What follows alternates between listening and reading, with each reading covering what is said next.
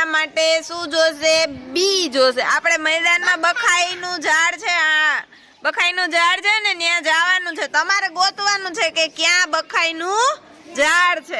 બરોબર? કેટલા ઝાડ છે બખાઈના આપણા મેદાનમાં? હે, હાલો જોઈએ, જાવ જોઈએ ત્યાં. અને બી વીણવાના છે.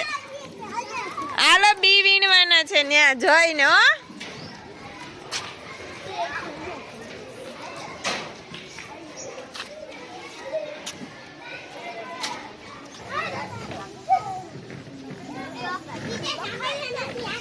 હાથમાં સમાતા નથી તો એક જગ્યાએ ઢગલો કરી દો. કોઈ તમારો જ્યાં ઢગલો હોય ને અલગ રાખવાનો. આ ભેગો લઈ લે.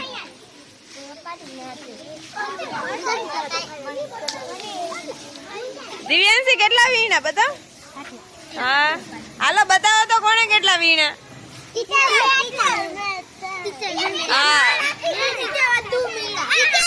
ઢોળાઈ નો જાય. હો, હાલો વીણવા માંડો, વીણવા માંડો. કોને સૌથી વધારે મળે આપણે જોઈએ. 7 તારીખે આપણે આપણા દેશમાં શું છે? મતદાન છે. મતદાન. મતદાન એટલે કે મત દેવાનો. હાલો કોણ મત આપી શકશે? Mummy papa. તમે મત આપી શકો નહીં. હા, મોટા થાશો ત્યારે તમે મત આપી શકો. હા, કેટલા વર્ષથી મત આપી શકાય? હા, 18 કે 18 થી વધારે વર્ષ થાય પછી તમે મત આપી શકો. અત્યારે તમે 18 વર્ષના છો કે નથી? તો તમે મત આપી શકો નહીં. કોણ આપી શકે? Mummy papa. પછી બીજું કોઈ ન આપી શકે?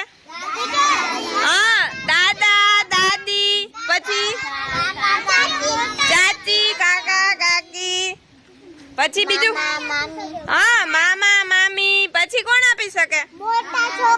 મોટા છોકરાઓ, ભાઈ બેન જેના 18 વર્ષથી વધારે થયા હોય ઈ, નાની નાના, ઈ બધા મત આપી શકે. મત આપવો ઈ આપણો અધિકાર છે. હવે જો અહીંયા શું ચિત્ર દોર્યું છે? આંગળીનું ચિત્ર દોર્યું. પછી આંગળીમાં વચ્ચે શું કર્યું મેં? લીટી કરી છે. હા, મતદાન જ્યારે થઈ જાય તમે મત આપી દો પછી તમારી આંગળીમાં શું કરી દે? લીટી. એટલે લીટી દોરી. હવે લીટી શું કામે કરી દે? હા, આનો વારો આવી ગયો ઈ ખબર પડી જાય એટલા માટે લીટી કરી દે. આપણે કેટલી વાર મત આપી શકીએ? એક જ વાર. એક વ્યક્તિ એક જ વાર મત આપી શકે. માની લ્યો કે હું પેલા મને ઈ તો કહો, હું મત આપી શકું કે ન આપી શકું? હા, હવે જો હું મત આપી આવી અને મારી આંગળીમાં એકવાર લીટી થઈ ગઈ પછી બીજી વાર હું મત આપી શકું? હે, નહીં, હું બીજી વાર મત આપી શકું નહીં. કેમ ખબર પડે? આંગળી જોઈને. હવે ઈ આંગળીમાં જે સહી હોય ને, સહીથી શાહી હોય એક, એનાથી લીટી કરી દે. ઈ સહી છે, શાહી છે, ઈ વિખાય નહીં, એનું નિશાન જાય નહીં. એટલે હા, 6-7 દિવસ પછી છેક જાય. એટલે ઈ અવિલોપ્ય શાહી હોય કે જે વિલોપ, ખોવાય નહીં, વિખાય નહીં, ભૂસાય નહીં, એવી શાહીથી લીટી કરી દીધી હોય. હા, બધા જોઈ શકે કે ભાઈ આને મત કર્યું કે આને મત નથી કર્યું. હાલો હવે તમે જે બખાઈના બી કર્યા ને એને તમારે આમાં ગોઠવવાના છે. પેલા બાલવાટિકાવાળા ગોઠવશે અને પછી બીજા વાળા.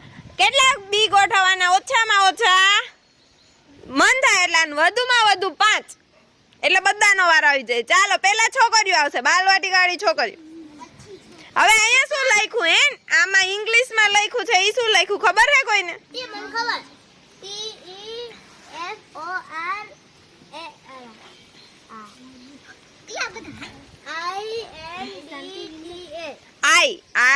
INDIA. Vote for India. Vote for. Vote એટલે શું? મત. વોટ એટલે શું? મત ને ઇંગ્લિશમાં શું કહેવાય? હાલો તમે ગોઠવા માંડો. વોટ એટલે શું? હે, વોટ એટલે શું? મત. અને ઇન્ડિયા ઈ શું છે? હા, આપણો દેશ. તો આપણા દેશ માટે આપણે શું કરવાનું? મત દેવાનો છે. વોટ ફોર બોલો, આખું બોલો. હજી એકવાર વ્યવસ્થિત 1 2 3 સ્ટાર્ટ. હા, વેરી ગુડ. હાલો ભાઈ, 5 થઈ ગયા હોય વયા જશે ને બીજા આવશે. હો, 5 જ ગોઠવવાના છે. હાલો વયા જાઓ. હાલો છોકરાઓ આવો.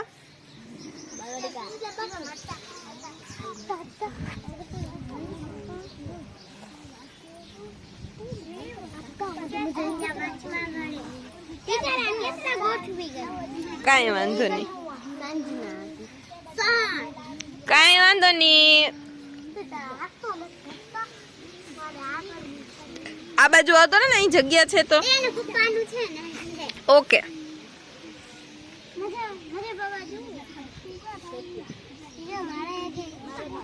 તો હવે ઘરે જઈને મમ્મી પપ્પાને શું કહેશો? હે, મત દેવાનો છે. કઈ તારીખે? હા, મે મહિનાની 7 તારીખે. કેટલા વાગ્યાથી ચાલુ થાય મત? હા, સવારે 6 અથવા 7, વધુમાં વધુ મોડામાં મોડું 7 વાગે ચાલુ થાય. અને સાંજે કેટલા વાગે પૂરું થાય? સાંજે છેક પૂરું થાય. કેટલા વાગે? 5 વાગ્યા સુધીમાં તમે ગમે ત્યારે મત આપી શકો. એટલે બધાએ મમ્મી પપ્પાને શું કહેવાનું?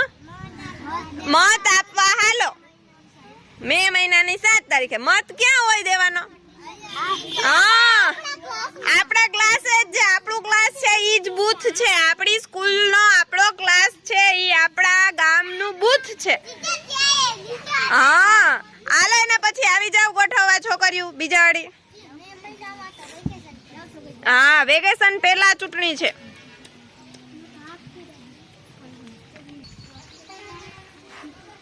ચાલો, મજા આવે છે? હા. એ બાપા, એવું કર્યું?